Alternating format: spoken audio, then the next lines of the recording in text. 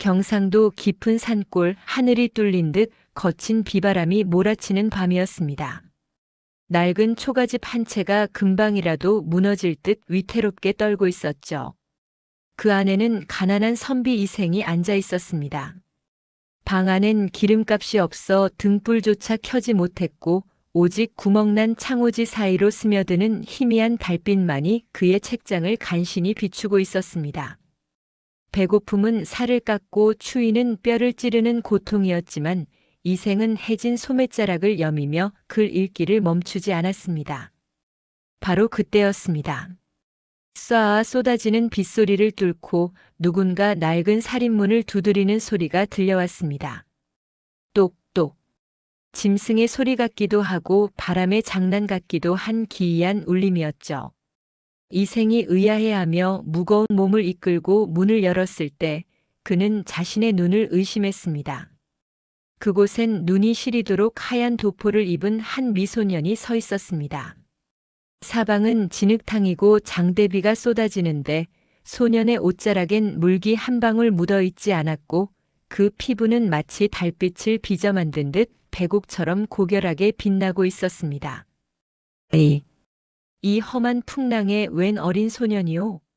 보시다시피 내 집은 빗물이 새고 그대에게 대접할 미음 한 그릇조차 없는 처량한 처지라오. 대접을 받으러 온 것이 아닙니다. 선비님의 고결한 문장이 가난에 가로막혀 세상에 나오지 못하는 것이 안타까워 찾아왔습니다. 제게 작은 방 한 칸만 내어주신다면 오늘부터 밤마다 선비님을 대신해 글을 읽고 문장을 닦아드리겠습니다.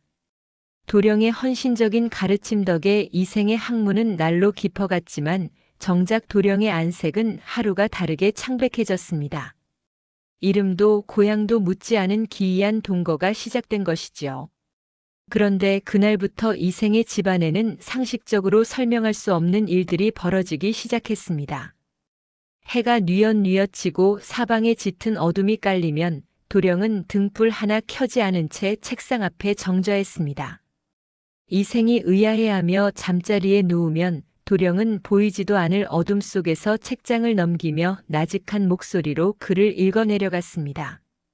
신기한 것은 그 다음이었습니다. 도령의 낭독 소리는 귀로 들리는 것이 아니라 마치 이생의 영혼 속으로 직접 스며드는 듯 했습니다.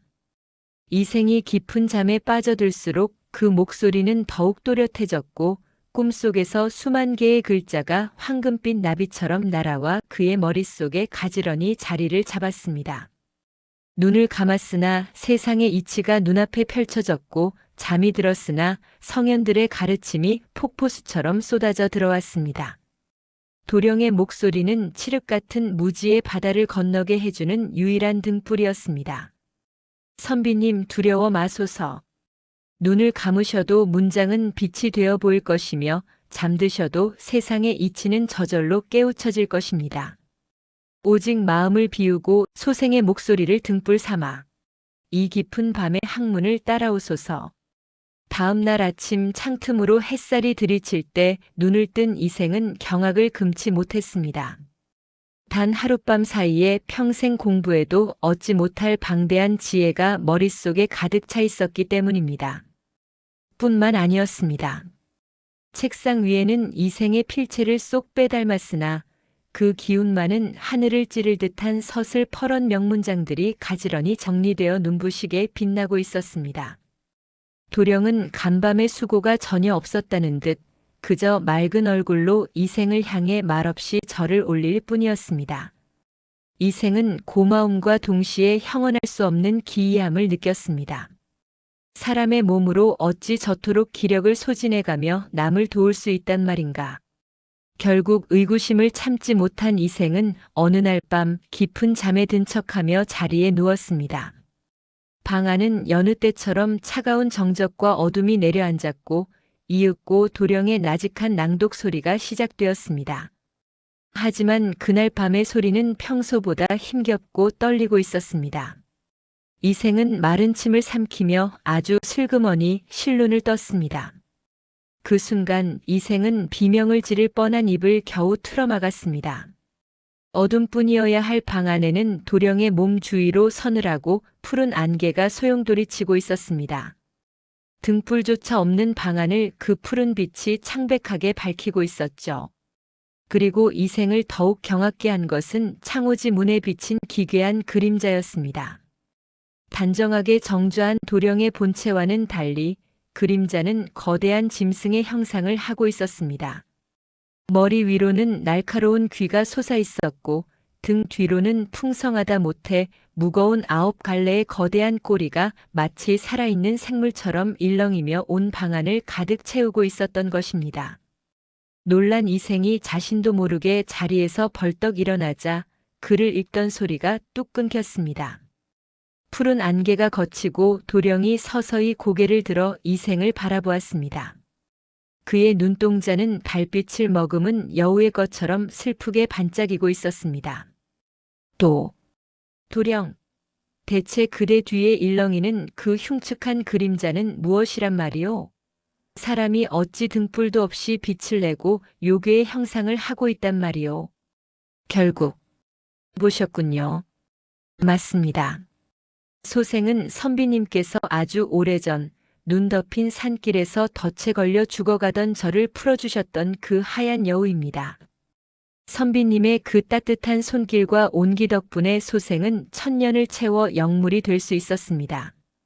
이제 제게 허락된 마지막 시간과 목숨을 걸고 그 은혜를 갚으려 합니다. 자신의 정체가 탄로났음에도 도령은 멈추지 않았습니다. 마치 자신의 생명력을 한 방울씩 잉크에 녹여 붓끝에 묻혀내는 듯 소년의 몸은 나날이 야위어갔고 때때로 고통스러운 기침을 내뱉기도 했죠. 오히려 시간이 얼마 남지 않았음을 직감한 듯 더욱 매섭게 이생의 학문을 체근했지요. 과거 시험을 고작 사흘 앞둔 밤 도령의 상태는 목불인견이었습니다. 본래 영물이 인간의 운명에 개입하여 천기를 누설하는 것은 자신의 존재를 지워내야 하는 가혹한 대가가 따르는 법이었습니다.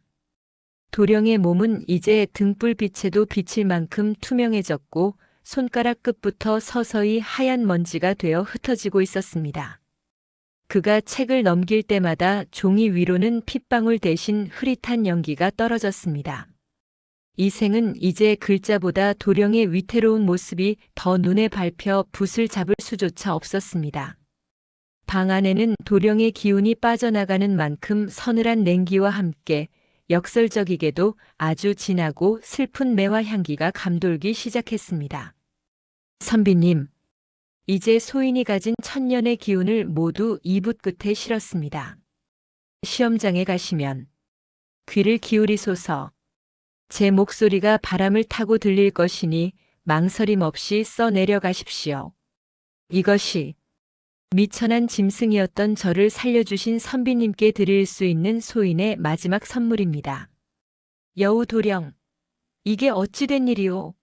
내 손이 그대를 잡을 수가 없지 않은가? 그대를 죽이고 얻는 장원 급제가 대체 무슨 소용이란 말이오? 제발 여기서 멈추고 그대의 숲으로 돌아가시오. 슬퍼 마소서. 소생은 사라지는 것이 아니라 선비님의 문장 속에 영원히 머물 것입니다. 훗날 홀로 걷는 길 위에 바람 끝에 매화 향이 나거든 소인이 여전히 곁에서 선비님을 지키고 있는 줄 아소서. 다음 날 아침 눈부신 햇살이 방 안을 가득 채웠을 때 도령의 자리는 비어 있었습니다. 어떠한 흔적도 온기도 남지 않은 채 그는 마치 한 줌의 안개처럼 연기처럼 사라져버렸습니다. 이생은 허망한 가슴을 부여잡고 시험장으로 향했습니다. 붓을 든 순간 기적처럼 귓가에 도령의 낭낭한 목소리가 들려왔고 붓은 스스로 살아 움직이듯 종이 위를 누볐습니다. 이생은 당당히 장원 급제하여 어사화를 머리에 꽂았고 도령과의 약속대로 평생을 탐욕과 멀리하며 백성을 진심으로 아끼는 어진 관리가 되었습니다. 시간은 강물처럼 흘러 어느덧 수십 년의 세월이 지났습니다. 관직에서 물러나 백발의 노인이 된 이생은 젊은 시절 도령과 함께 머물렀던 그 옛집으로 돌아와 있었습니다. 어느 봄날 노년의 이생이 마당 앞 활짝 핀 매화나무 아래 앉아 깊은 회상에 잠겨 있을 때였습니다. 갑자기 사방에 소음이 잦아들더니 바람 끝에 유난히도 맑고 은은한 매화 향기가 실려오기 시작했습니다. 그때였습니다. 수십 년 전 밤마다 들었던 그 맑고 앳된 소년의 웃음소리가 바람결에 실려 이생의 귓가를 스쳤습니다. 고개를 돌려 숲 어귀를 바라보자 그곳에는 눈처럼 하얀 털을 가진 신비로운 백여우 한 마리가 서 있었습니다. 여우는 도망가지도 경계하지도 않은 채 깊고 맑은 눈동자로 이생을 가만히 응시했습니다. 그 눈빛은 수천 년의 세월을 건너온 그리움이자 변치 않는 우정의 증표였습니다. 이생 인자하고 포근한 미소를 지으며 마치 눈앞의 벗을 보듯 나직하게 왔는가. 나의 오랜 벗이여. 잊지 않고 찾아와 주어 고맙네. 자네가 내어준 그 등불 덕분에 내 생은 참으로 따뜻하고 향기로웠네. 이생의 말이 끝나자 백여우는 가볍게 고개를 까딱이며 인사를 건네고는 다시 숲속의 하얀 안개 속으로 유유히 사라졌습니다. 매화 꽃잎이 눈처럼 흩날리는 정원에는 두 사람의 천년을 넘나드는 보은의 이야기가 향기로 남아 오래도록 머물렀습니다.